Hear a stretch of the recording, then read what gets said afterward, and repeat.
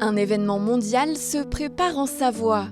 Après 32 ans d'absence, les championnats du monde de parapente de distance sont de retour en France. Une compétition que la Fédération française de vol libre attendait avec impatience. On peut voler un peu sur toute la planète. Et puis la Fédération aéronautique internationale essaye de promouvoir le parapente un petit peu à travers toute la planète. Mais ici, c'est un des plus beaux terrains de jeu du monde.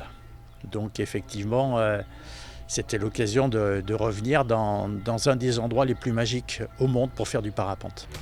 À partir du 20 mai, les meilleurs pilotes de parapente de distance au monde se retrouveront ainsi à Chamoux-sur-Gelon. Le camp de base de ces mondiaux 2023 s'installera en effet dans la petite commune de la Combe de Savoie. Ça aurait été peut-être plus simple si on avait fait une demande à Aix-les-Bains ou à Annecy d'organiser cet événement. Mais pour nous, ce choix d'un petit village où c'est qu'il y a une histoire du vol libre, d'abord du delta, avant l'arrivée du parapente, et ensuite le parapente, je trouve que c'est bien de permettre à des petites communes qui s'impliquent déjà dans cette activité. Je trouve que c'est une belle reconnaissance, recevoir pour la deuxième fois le championnat du monde de parapente. Je ne sais pas si tout l'ensemble du village en a conscience, mais c'est un beau challenge. C'est pas toujours facile. Un défi à relever, y compris pour les pilotes français qui espèrent briller à domicile. Ils seront 6, 4 hommes et 2 femmes à porter les couleurs de la nation.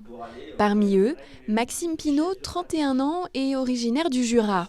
Il y a un double objectif, il y a l'objectif de l'équipe au niveau nation, au niveau du classement par nation.